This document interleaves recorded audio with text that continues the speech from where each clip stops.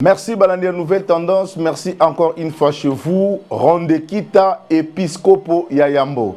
Nakanisi bonyo sobana banda kuba sepeli parce que na yambi ba appel jusqu'à ce que nakangi téléphone na bibosko na osa ndeni nga na bisengo na nga. Nga bisengo na nga parce que lobby tozaki na fête na biso. Il y a 31e anniversaire, il y a Rouge Gorge. Rouge Gorge ezali église oyo Moussaï Nanzambe Kambaka, l'Ifoko du ciel, l'homme de Dieu, l'homme véritable, l'homme d'onction. Bato belé tango ba moina publié ba image ya fait tango ba binanga oh rende kita biso to barate biso 31e anniversaire do banda kenda sala 30 vraiment akenda kala ngabi wa akenda kala ngamukutu na manda we bata kenda ko sani ni kuna metango na kenda ko ta l'église mais na bi wow Babiloko ndengwana vraiment en tout cas et qu'on les caté sans qu'on féliciter c'est pourquoi tous ces en régie vraiment avant tout quand on a généré parce que les hommes connaissent on va fêter kuna na Pointe Noire rende qui tapé épiscope Yambo a fêter parce que na sina bisa qui triple brassard aigle masengo ngana ko fêter on a ndenge na muta pexangate donc fona bina mon ami du Calverne nde ba ba bina ke kuna ngape fona bina on a plateau. Nouvelle tendance pena donc feti aigle masengo talaka ba compte kuna dans bani notine la biso kaka ya biso wa chef Jordan Azalia wa papa Alain donc tout le monde baza babimo mais comment feti ya 31e anniversaire il y a Rouge Gorge biso to fêter na nouvelle tendance ezalaka te on na biso bango ngai ba jiezala tenga fona bina mon ami du Calverne. Parce que na yebisaki bango ke bozo mbabanze ba ange mabe batiaki tembe yango skoyo quand je serai devant donc chef na besoin pesanga moi image ya fête ngana oyembaka muke après okotanga kuna pourtant bakotaka mon ami du Calvin quand je serai devant les portes batu musu balongole biso ba ange na ba ange ba ki mawa ba ange maleli pena ba bi yango likamni na balongola biso na makambo atozo embela nzambe atozo ko adorer nzambe soki ange azawana mabeni na sali et comme comparaison ba ange bakoyemba bien te biso to yembaka bien wuti wapi quand je serai devant les portes na bena robina mutape kisangate oyo lati col pastoral keba David Abina qui boye moi sina lingalo ba bota ki lisuste keba mosala nzamba bina quand je serai devant les portes de la ville et que je vais rencontrer beaucoup d'anges viendront à moi. Ils me montreront Abraham et Matthieu Jean. Mais je leur dirai tout laisser c'est bien, mais montrez-moi, c'est lui qui mourit pour moi. Mon ami, chef, ambiance zaki na Rouge Gorge. Mon ami du Calvaire, il est aussi ma chanson. Ça n'a mon papa na biso nenga zobi na 31e anniversaire et ça pétété papa ba biso ba kanga ba église ba biso ba publier ba tout la publication yana ni mosela nzambe oyo 31 ans sans problème maboko pembe mon ami du Calvaire.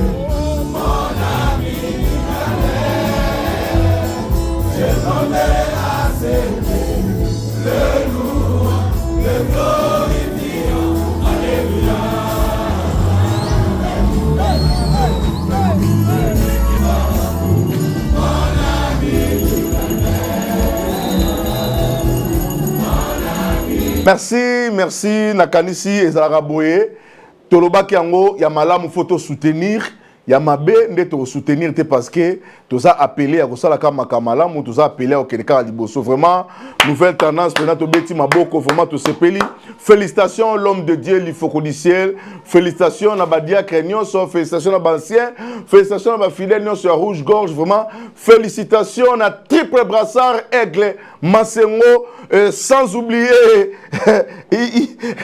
triple brassard balula soki yozate papa te kufie aigle na biso aigle papa puka we yozaka ngana bisa yoza véritable aigle mokili aza païen ya liaka makila ya lobby oyo elala ya mobesu kuna te ya ndengo mabe ya mabe mais yo penoza aigle oyo yebi wana liaka makila ya lelo kaka ya moto triple brassard aigle masengo à côté du roi soleil na pesio ba grand merci mingi na musala zo sala pembe na l'homme de Dieu donc nzamba pambola yo vraiment soki ozate lukaka doubli rotela biso soki ozate to sepelara po soki ozate kendra na bisengo nyonso.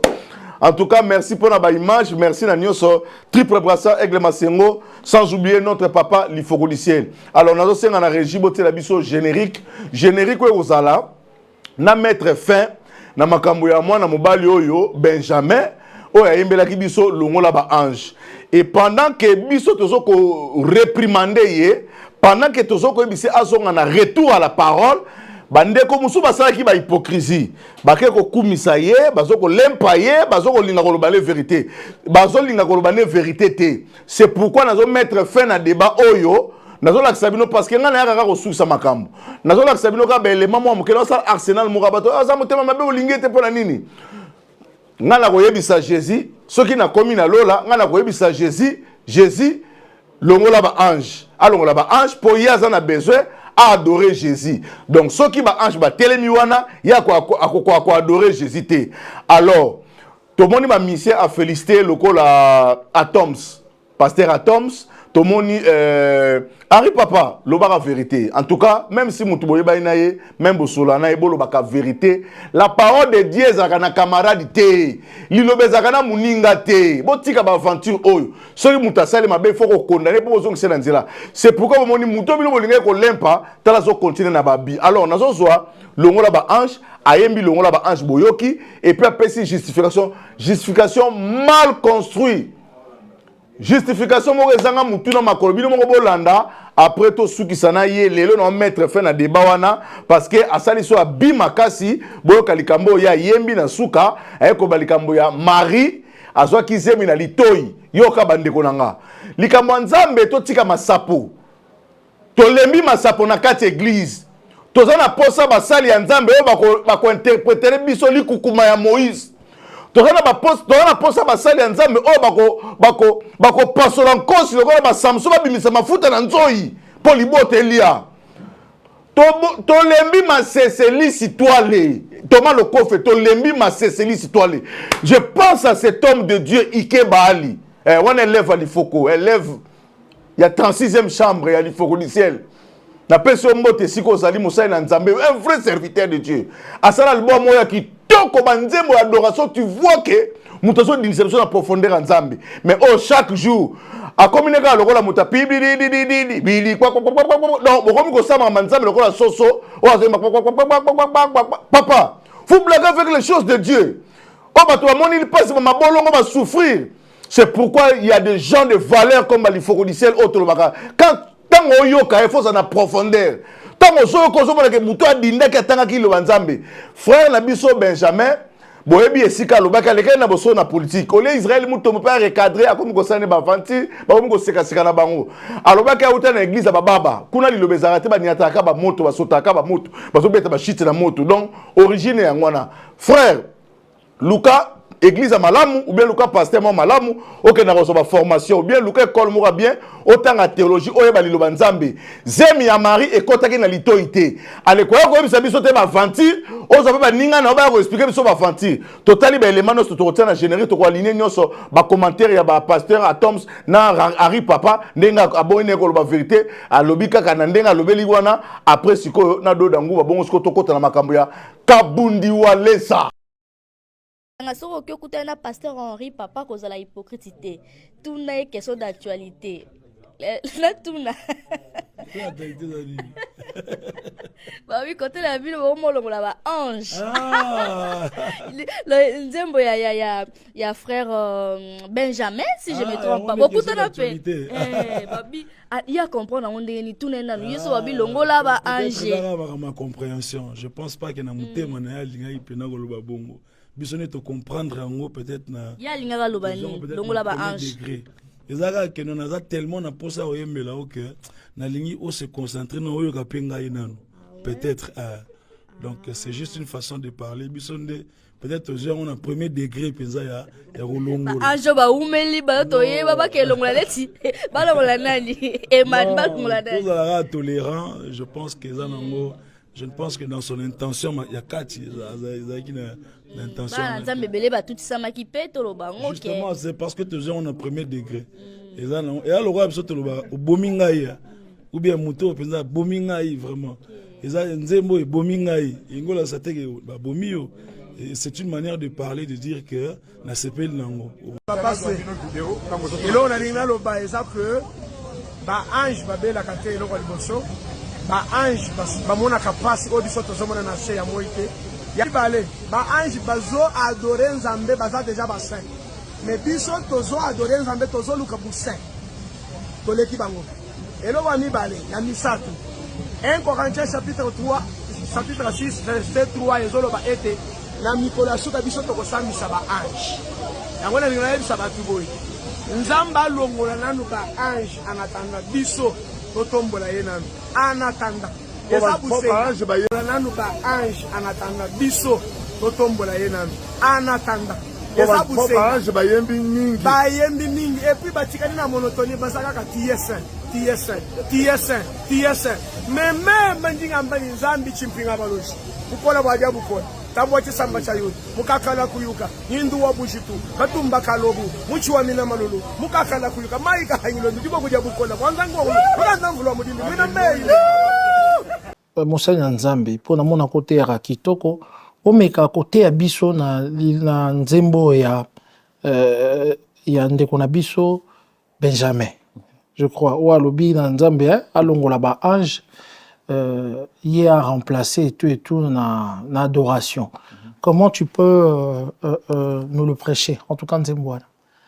Alors avant tout vous n'êtes solo moko pour comme ça on met la déjà héros ngana kola na sala 6 ans dans Mbujimai. Donc na école ko na kena classe dans Mbujimai. Na école ko sambela na Mbujimai. Alors et c'est important tout le logo na contexte nango vraiment déjà. Na kati ya technique d'improvisation na prière. Il y a baluba et ça na formule moko il y a exagération ndenge ça na ba langage non c'est ba hyperbole les ali ba exagération non c'est ça. Alors ça na formule mo exagération aux métaphores je veux dire comparaison et l'équivalent comme en métaphore. C'est-à-dire que tant azo sambe les panzambe technique et improvisation, c'est ce qui fait que les loups aiment dire qu'ils sont des juifs. C'est quelque chose qui est dans la Bible qu'on appelle des teila. C'est-à-dire qu'Azo a improvisé directement Azo en même temps. Et tant Azo en même temps, en même temps, il a comparé seulement. Comparaison, on a comme sous-entendu, comme affirmation. C'est-à-dire que, et là, le baquet, Zambelangi tellement na kumiso que même ce qu'il était possible que bah ange ba longwanga na sa musa na place na bango je le ferai. C'est une formule d'étude que tu trouves dans la Bible. Paul utilise quand il parle de l'amour à Zoloba, même si vous pourrez prendre tout ce que vous avez donné aux pauvres. Et ça forme exagération. Et nakata et ça meleli nakata langage luba et la mingelo quoi. OK à affirmer et loco à l'équipe sous-entendu non parce qu'ils ont un contexte quelconque. Parce que le côté l'erreur théologique est tellement flagrant que c'est pas ça la démarche. Au cours le bâté qui nous a longola ba c'est sûr qu'il bien très bien. Mais ça expresse ça n'enga loba ou loba même s'il était possible qu'à la place de ce que font les anges, ngana salo non sala. Tala par exemple yes azo loba mon bateau non so ba kumisenga tata mabanga. Voilà. Et ngoru ya ngonde mtengo kumisa. Ngoye mbate mais ils ont formé moi exagération et je mérite tellement la louange que n'importe quoi d'autre l'aurait rendu si l'humain ne l'avait pas fait. Alors but il y a et l'obéli au on comprend en tant que quelqu'un qui a grandi dans ce système là. Ils ont toujours technique il y a exagération. Même s'il était possible que ma louange puisse substituer celle des anges, eh bien Zambe, s'il le faut, l'on va ange. Mais l'affirmation, si l'affirmation est Zamba l'on va ange, pour m'tollouer la place nae. D'abord, un photo à calme. Et ça, bah fait sans un meeting de thé. Donc, il sans un meeting l'on va ange, to bang maman Zamba l'on va ange. Thé, ça la thé. C'est-à-dire, bah fait sans un meeting de thé. Surtout bon yo comme le sang mon na mutasala na sekele ma web sans un pour tout vérifier théologie na ngo. Donc, il n'y a pas de panique. C'est Dieu qui décide des anges. Ça, c'est déjà l'autre des choses. Mais si on voit dans cela comme si, peut-être qu'on véhiculait dans Moutou Abad que, surtout ange, alors, la louange ou l'adoration n'est pas substitutif. C'est-à-dire que, place. Parce que on adore Dieu en esprit et en vérité. C'est-à-dire, c'est l'être de ce que tu es selon que Dieu est. Donc, nous avons louange, ange à remplacer en abatu. Il y a ange, et ça y a ange. Il y a biso batu, et ça y a biso. Il y a vieillard, absolument. Église, zemi ya Yesu, ekotela wapi, bakambi bwana ndangai. Zemi ya Yesu, ekotela na litoi. Zemi ya Yesu, ekotela na litoi. Maria pesa, ange litoi mwambi Philippe. Semence à Jésus ekoti. Merci.